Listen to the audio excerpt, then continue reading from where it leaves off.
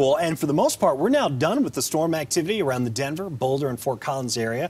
A little scary at times as these storms coming on through, producing a lot of wind. I want to show you the big picture here, Andrea. And to do that, I want to show you the water vapor imagery. And this comes from the Colorado-built GO-16 satellite. Wherever you see the black showing up on this map, that's where there's dry air. Where you see the white, that's air that has a lot of moisture in it. So it's clear to see where this upper level storm system is as it's coming on through. This is what moved through a lot earlier than initially anticipated. Early this morning it was over near Salt Lake City, so it just started racing toward us, and this is what has produced the thunderstorms that we have seen here today. As we zoom in, again, we're really done at this point in the Denver metro area. Up north, I'd be surprised if we see any additional thunderstorm activity, certainly nothing severe. All the significant weather is now down to the south of us. Colorado Springs dealing with numerous thunderstorms this midday, and we have several thunderstorms out on the eastern plains, including a severe thunderstorm in southwestern Washington County right here. This goes until 12:45 and includes the small town of Last Chance and the Highway 36 corridor here in southern Washington County. The concern is hail.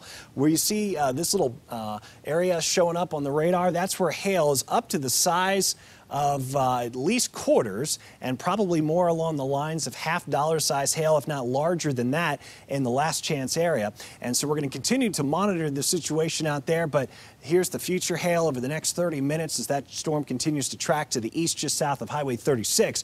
It's going to continue to produce a lot of hail out that way. Here in the metro area, as the storms came through, the big issue was wind. Rocky Flats had a 71-mile-per-hour wind gust. The west side of Boulder had winds up to around 70 miles per hour. We've had several reports of trees and branches that have fallen onto cars in Boulder County. Southwest Boulder had a 62-mile-per-hour wind gust and some really gusty wind in Arvada and on the northeast side of Denver as well. Numerous branches down. Our weather watcher Joy Jordan setting in this picture earlier this morning just as those storms were getting underway. That was the vantage point that she had out there in central Arapahoe County. So for the rest of today, severe weather threat shifts to the east.